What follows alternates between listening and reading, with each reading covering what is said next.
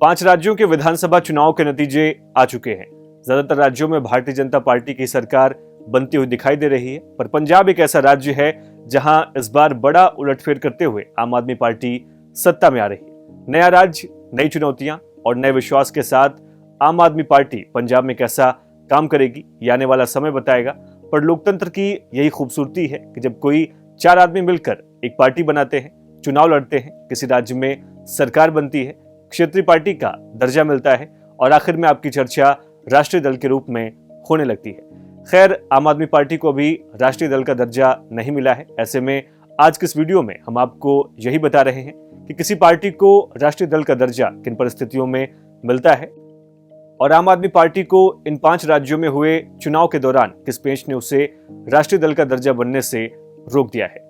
आज के इस वीडियो की शुरुआत करें उससे पहले आप सभी से एक छोटी सी रिक्वेस्ट है, अगर आपने अभी तक हमारे चैनल को सब्सक्राइब नहीं किया है तो जरूर करें और वीडियोस की लेटेस्ट अपडेट पाने के लिए बेल आइकन को दबाना ना भूलें। जब भी कोई चुनाव होता है तो कई तरह के बदलाव देखे जाते हैं, जैसे कई बार नेता बदलते हैं, सरकारें बदलती हैं और चुनाव के नतीजे आते आते राजनीतिक पार्टियों के स्टेटस में भी कई बार परिवर्तन आ जाते हैं। इस बार 2022 विधानसभा चुनाव के नतीजे आने से पहले आम आदमी पार्टी के स्टेटस में बदलाव आने के काफी कयास लगाए जा रहे थे, पर सभी राज्यों में अच्छे वोट परसेंटेज नहीं मिलने की वजह से आम आदमी पार्टी को राष्ट्रीय दल का दर्जा नहीं मिल सका है।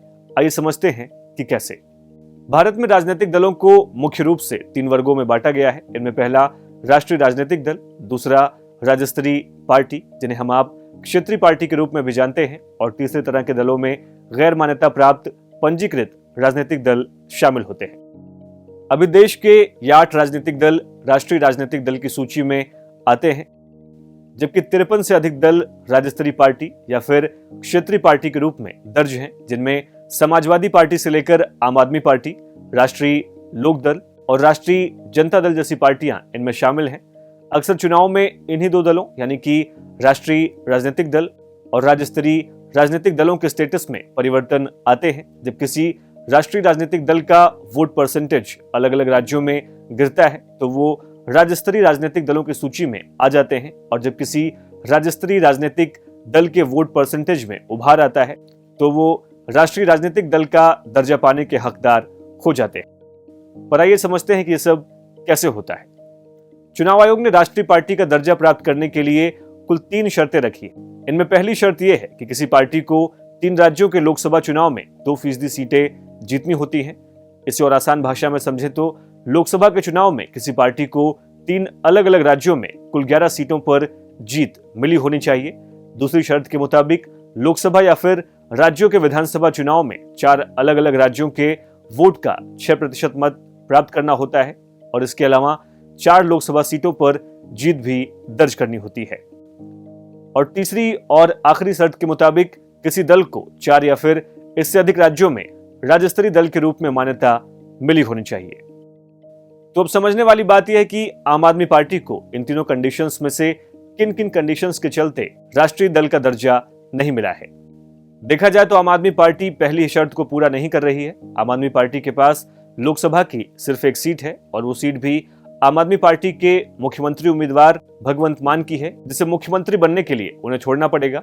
दूसरी शर्त के मुताबिक अगर आम आदमी पार्टी इन सभी 5 राज्यों में 6% वोट हासिल करती और लोकसभा में उसके बाद 4 सांसद होते तो उसे राष्ट्रीय पार्टी बनने का उसका सपना पूरा हो सकता था। लेकिन इन चुनावों में पंजाब को छोड़कर कहीं भी आम आदमी पार्टी का अच्छा प्रदर्शन नहीं रहा है।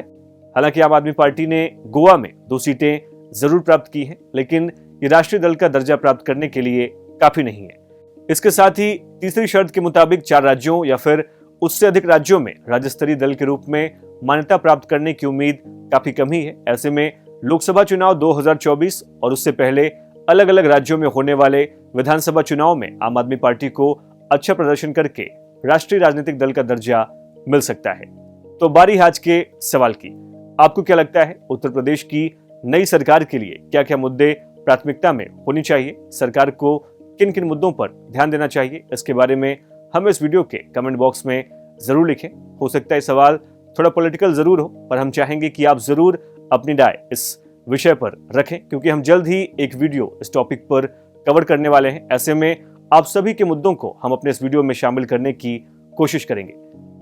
यूपी जुड़ी और तमाम लेटेस्ट खबरों की अपडेट के लिए देखते रहिए हमारे चैनल बातें यूपी की।